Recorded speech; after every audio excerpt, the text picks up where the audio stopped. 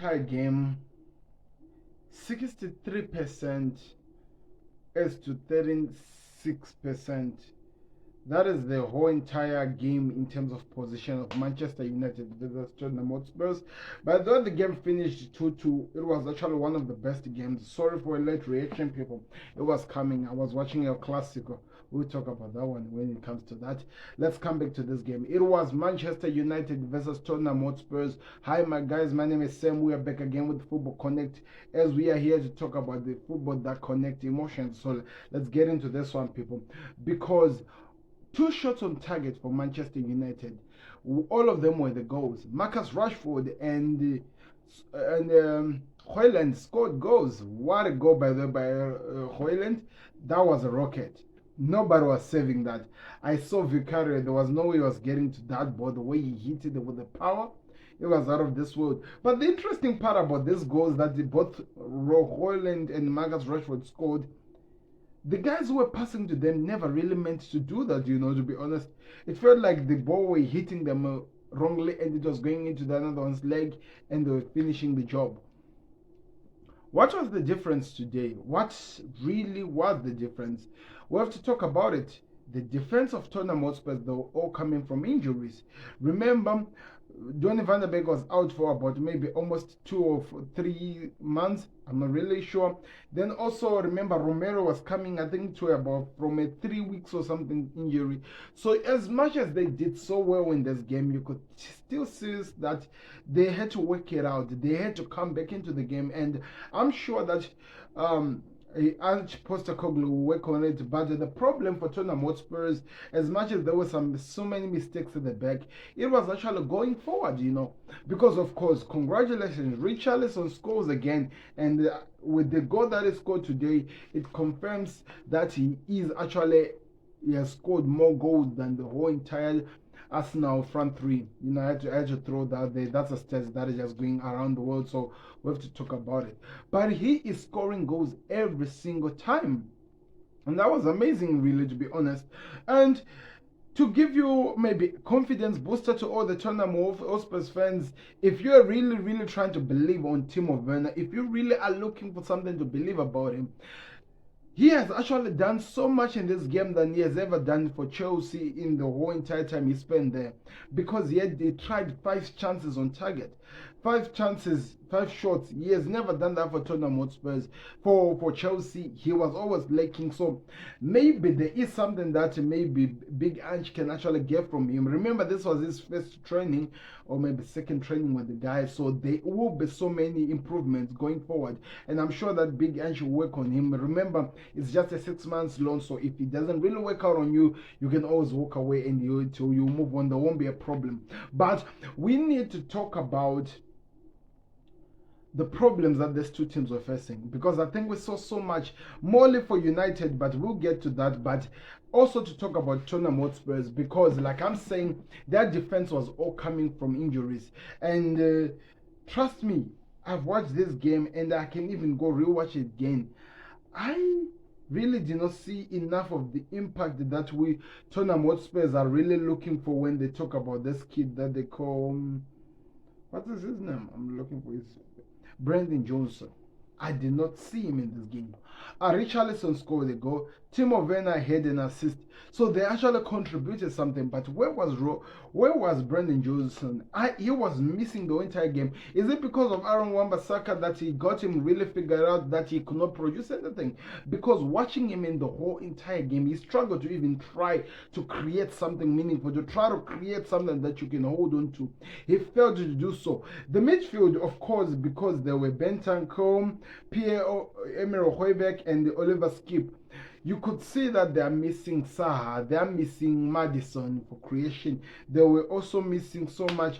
I thought also I was going to be able to see this guy. And now that I'm checking the lineup, he is not even there. They needed a Romero. They needed this guy, Kulusevski, as the creator, because I've seen him do so much for this team. Because when you think about it, Bentancur, Oliver Skip, and Pierre-Emerick Højbjerg, who exactly is the chief creator in there?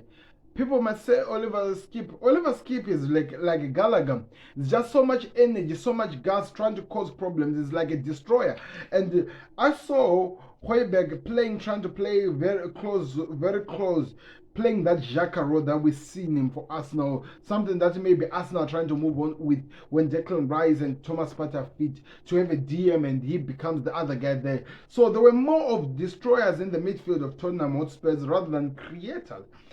They were hoping that maybe Skip could do the work, but there was no way he was doing it.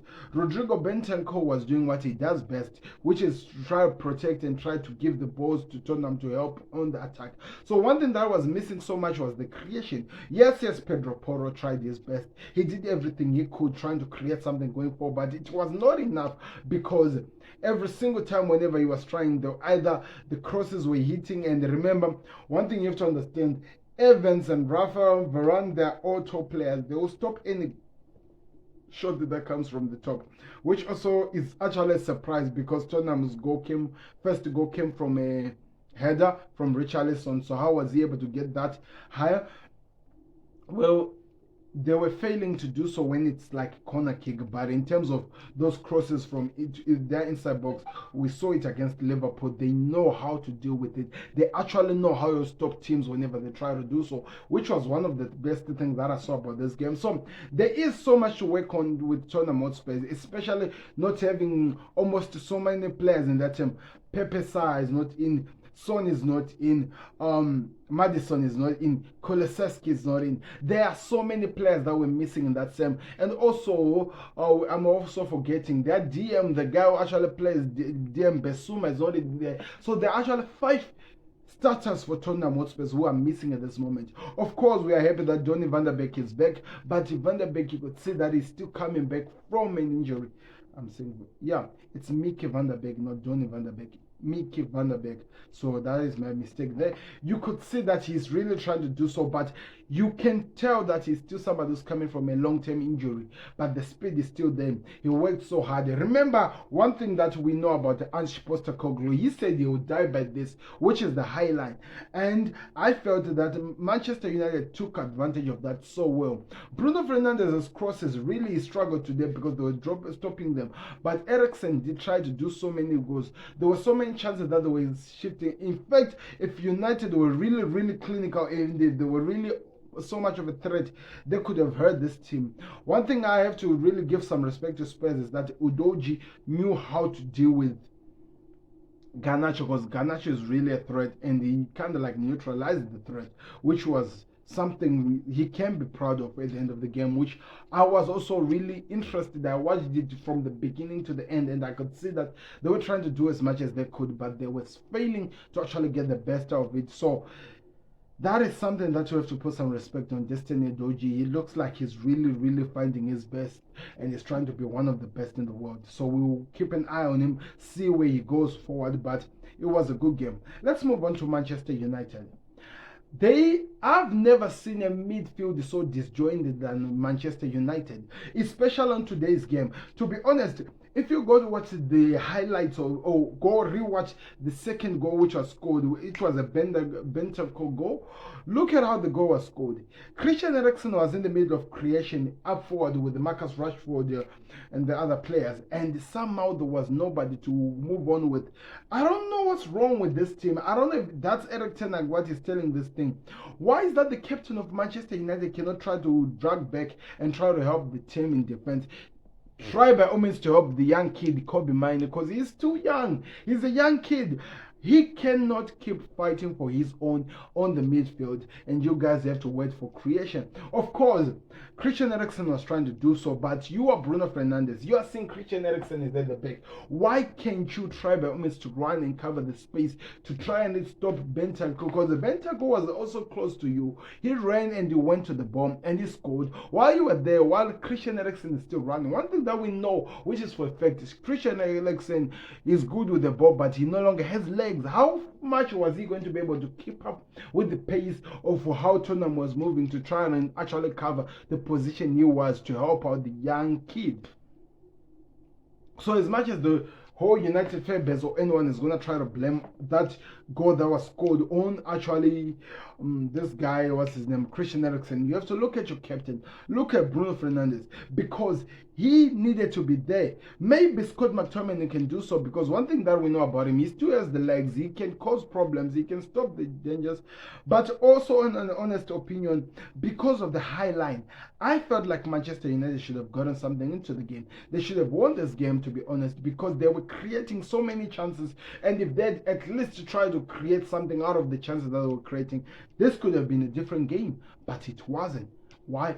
Because they were not keeping up with the team. They were not stopping this team from creating something. And that's one thing that we are now coming back here talking about, because eventually that is exactly what stopped this team from getting something at the end of the day.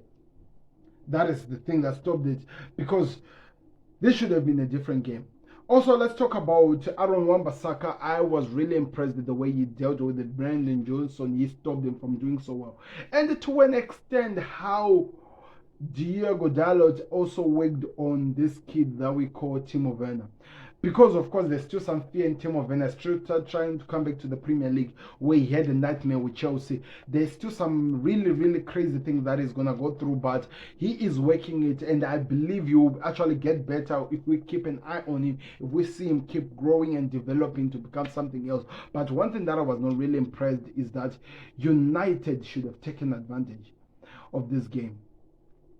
And also one of the things that we have to really mention, which actually made me so happy, was seeing Lisandro Martinez coming back from an injury and showing how much so many people missed the butcher, the way he was really applauded coming into the ground. That was amazing. And also some respect to Johnny Evans. This guy came in and he was supposed to be a defender who comes in sometimes, but he has come in and actually become one of the best. Harry Maguire was injured before the Liverpool game. He's not yet back. He could also be one person who comes back, but there is a lot of things with this Manchester United squad that they need to work on. I thought that in this situation, especially they were leading by 2-1, they were going to try to get Sofia Amrabat into the game. But when I look at the lineup, was he even on the lineup? He wasn't even on the lineup. But Casemiro was there. Why didn't you put Casemiro? Because you had the lead. You were also doing things. Tottenham Hotspur were going to attack. Put on a player who can help defensively with the kid and stop this team from attacking and hit this team on the counter-attack. You've got fast runners, by the way. I need to remind you that you've got fast runners. They can also cause problems, but I did not see this from Manchester United. I'm not seeing this from Erik ten Hag, which now makes me ask so many questions. Is he gonna be the right man for the job at the end of the day? Because if he cannot produce something that gives results at the end of the day, then what is he doing? What is the purpose of putting him and allow him to keep playing, being the manager of this one? Because if they'd lost this game, it means 10 games could have been complete. United, they have never lost so many games, double figures of games, and the manager still has the job. But in this case, it seems like this guy is working. I don't know, maybe he's anointed, maybe it's blessed, maybe it's the Holy Spirit that is serving him. I don't know, I'm confused. But this guy is surviving when he's not even supposed to be surviving. He is getting away with murder on so many things. And the fact that we're not seeing his style of football, that is something that still really, it surprised me, to be honest. I'm still here talking about this, and I still have no idea what exactly his style is. I have no idea what exactly his style is. And this is a manager who's supposed to produce something. This is a manager who's supposed to give something that this team can hope and actually be able to have something at the end of the day.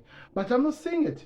And now that, when you think about it, when you come at the end of the day and you wonder exactly where Manchester United are going, when you think about it and actually wonder exactly what are they going to create, that's where the problem is. Because at the end of the day, anyone who goes to a Manchester United game doesn't really know what he's expecting in a game. And that has to be one of the worst things you can ever be, either as an owner of the club, either as a fan of this club. You don't know which team you're getting. Sometimes they want to fight for the manager. For example, today, I actually felt like Christian Eriksen helped out the kid, and defensively they fought for the manager and fought for the badge. But is that what we're going to see going forward? Is that what we're going to see at the end of the day? We had to be seen, yet to be discovered. So, my final thoughts on this game. There is a lot of things that can change. for both teams. To be honest, today we saw some signs that United can be a best squad if some good substitutes are done. Maybe we need 1 or 2 transfers. I don't know at which position, and maybe if we change the manager. I'm joking, but if Eric Ten Hag actually allows this team to start playing football and help it to create maybe a type of football that can actually bring a change for this team, because this cannot continue. And the Postecoglou, we can see that he has this belief in this high line, but one thing that we can be honest about is that he needs some of the best players he had back. Maybe the likes of the Madison, the likes who can actually do something. We cannot talk about Sonny really because he's out in what he's dealing with, but they need difference makers. And it's going to be interesting to see how they wake up on that. Anyway, let me know your thoughts in the comment section. I talked about everything that I thought of the game. I gave my respect. Let's see where they go in. It's really, really interesting. Click the like button, subscribe to connect. I'm out. Peace. It's been said.